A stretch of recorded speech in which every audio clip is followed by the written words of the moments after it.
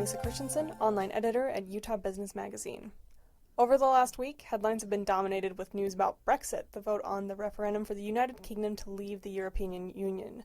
After the results of the vote came out last Thursday night, the value of the pound dropped. Prime Minister David Cameron announced that he would be resigning, and stocks around the world plummeted, meaning that even here, thousands of miles away, we're feeling its repercussions.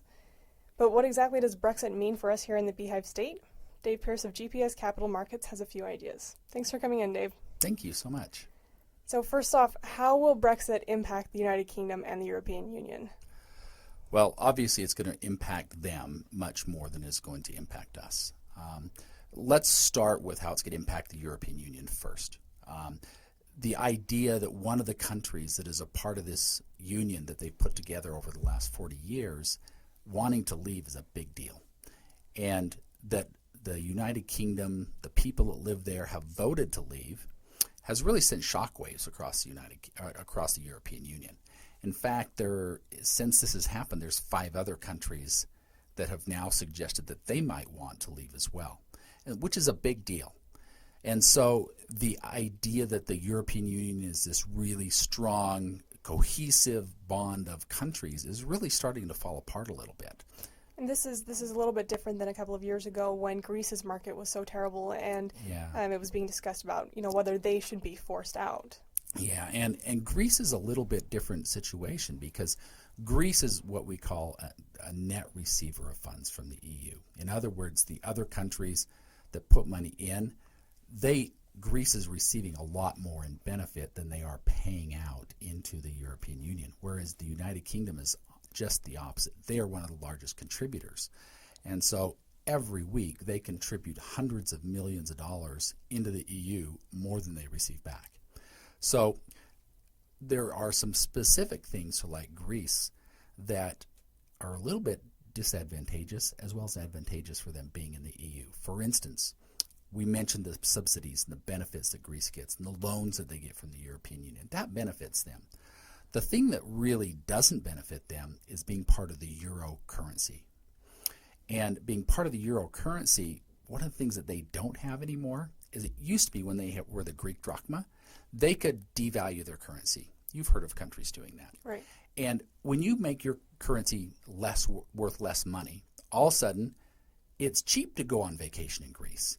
It's cheap to buy products from Greece. We can buy olive oil. We can buy all the different things that we think of from Greece for a lot less money. That stimulates their economy by having more money flow into the country from outside. Now that they're part of the European currency unit, they can't do that. There's no way for them to stimulate their economy that way. And so their economy is still really, really struggling. A lot of their businesses, traditional businesses, have just disappeared because they can no longer support themselves given the value of the currency. Now, UK, a little bit different. They are not part of the euro. They have their own currency. Mm-hmm. They have the British pound.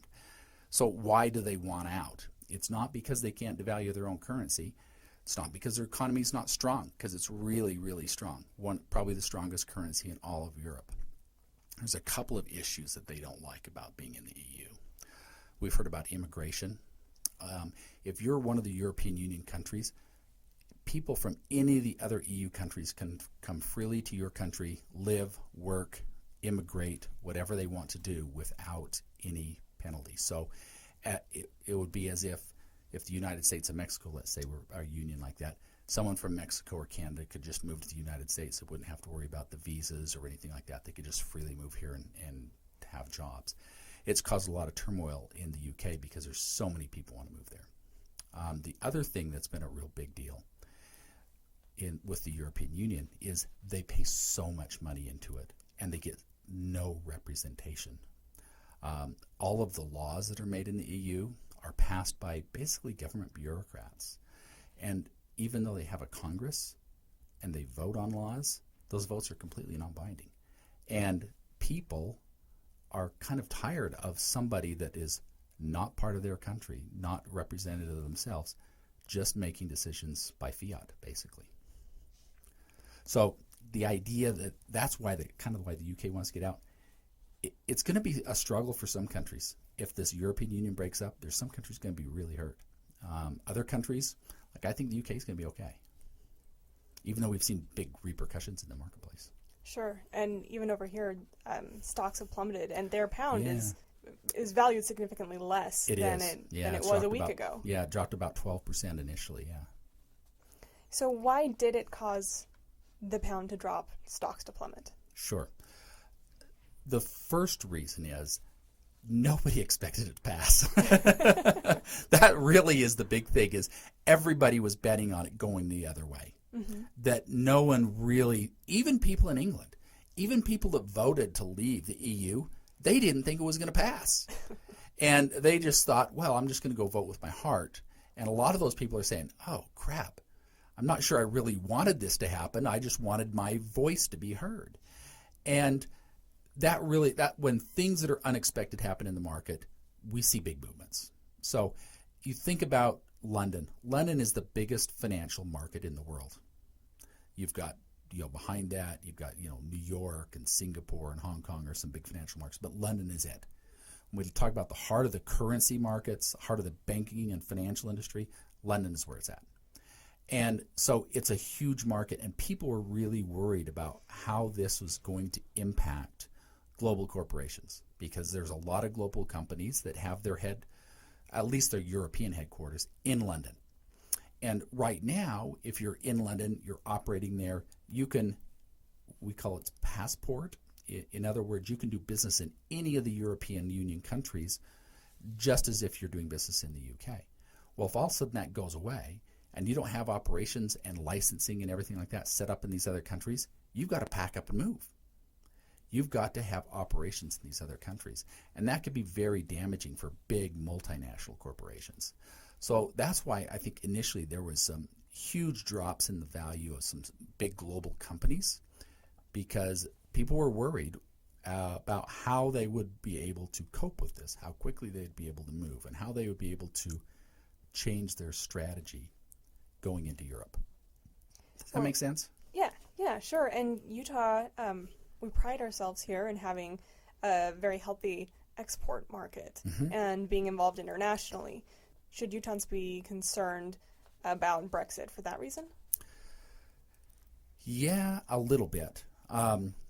When you talk about Utah being a big export market, we are. And the UK is actually one of our largest markets. We send a lot of stuff there. And I would tell you that in Europe, London and the United Kingdom are really where American and Utah companies in particular go to set up headquarters. Now, you ask why? Well, the U.S. and the United Kingdom have a very special relationship. We're very friendly with each other. And guess what? They speak English. They speak English really well. And so I think just by default, a lot of people feel comfortable going there. And a lot of our, I guess you'd say, ancestors traditionally came from that part of the world. And so people feel an affinity with England. Utah in particular, where we're a big export market. If you think about it, you're a U.S. company, you're a Utah company, right? And you sell your product into the United Kingdom. And let's say you've got a product that you sell for 1,000 pounds. Okay? A week ago, when you sold that product for 1,000 pounds, you could expect about $1.50 back. Today, you're getting $1.35. All of a sudden, the amount of money you're getting back on every sale, instead of getting $1,500, you're getting $1,350. There's $150 right off the top of your revenue. And a lot of companies operate on 10, 15% margins. All of a sudden that margin disappeared. And so a place where they're actually making money, they could now be losing money on the products that they're selling. So that's really concerning. And you can't just automatically overnight just snap your fingers and raise your prices 10 or 15%. Because also if you do that, what's going to happen? People are going to stop buying. You're less competitive in the world. So it's made a big difference to a lot of companies in Utah. Sounds like a catch-22 there. Yeah, a little bit. We had, one of the things that we did with our companies is we talked to them all on the phone before this happened, in the weeks building up to that. And what we spent a lot of time with our companies doing is helping them what's called hedge. In other words, if you know that you're going to have 10 million pounds in sales over the next 12 months, we can actually go and lock the exchange rate in today. And it doesn't matter what happens to the currency markets into the future, you're guaranteed that you're going to get those exchange rates. And so a lot of our companies that we do business with took advantage of doing that and actually locked in and protected themselves against currency movements just like this, kind of like buying an insurance policy. Mm-hmm. And so a lot of our companies really are not feeling the heat of this because they were smart enough to take the time and the effort to go out and put those kind of policies in place. What about for companies who didn't put those policies in place? What can they do? Man, I'll tell you. The day after the fallout, I mean, and we were up 24 hours a day. We were up watching this as this all happened. The day after, the aftermath of this was really quite ugly, and it was probably easily one of our busiest trading days in years, because there's a lot of companies that didn't do anything, and we're panicking, and we're trying to get things done, and we heard, man, I was really stupid. I should have done something like you guys told us. And we heard that all day long. And it was really quite dramatic. And the other thing that was really tough is a lot of banks stopped trading in the pound. A lot of banks stopped trading in everything because the perception was this was going to be a dramatic event. Everybody knew that this was going to be dramatic if the vote went one way or another. And so the margins were really wide because the trading was really thin. So there was lots of demand and not a lot of people wanting to cover in the market. It was kind of a perfect storm, if you will. It sounds like a lot of the storm was caused by people just not knowing what will be coming and how this will affect things in the long term. Yeah, that really is true. Like I said earlier, uncertainty really plays a big part of when you look at markets becoming really volatile like that. And it played not over into just companies here in Utah that are selling product overseas, but every one of us, if we got money in a 401k or an investment account, it really played some havoc in the stock market as well with the values that we had, in our savings. And so, that impacts, even retired people that may not be, a business owner or something selling something overseas. It can really impact everybody. Yeah, I think most people do have stock. I mean, even I have stocks. So how can people, just regular people with stocks, how can they manage their risk during that time? Or, what advice do you have? Yeah, that's probably the harder thing to do, because if you're like me, most of my money is in my 401k plan. And I don't manage my 401k plan. I have Fidelity or somebody like that is where my plan sits, right? Mm-hmm. And those professional money managers are the ones that are managing my portfolio of different stocks. Probably because I'm lazy and I don't want to do that myself, right? I think most people fall into that category where they just let somebody else manage their money for them. They buy mutual funds, things like that. It's hard for the individual to do something like that. You can the smartest thing, I guess, if you are real risk adverse, is to, when you know something like this is coming up, just take your money out and put it in cash. And sit on the sidelines for a while. Me, I did nothing. We saw big reverses in the stock market, but if you look today, we've already gained back about 50% of what we lost in the first couple of days.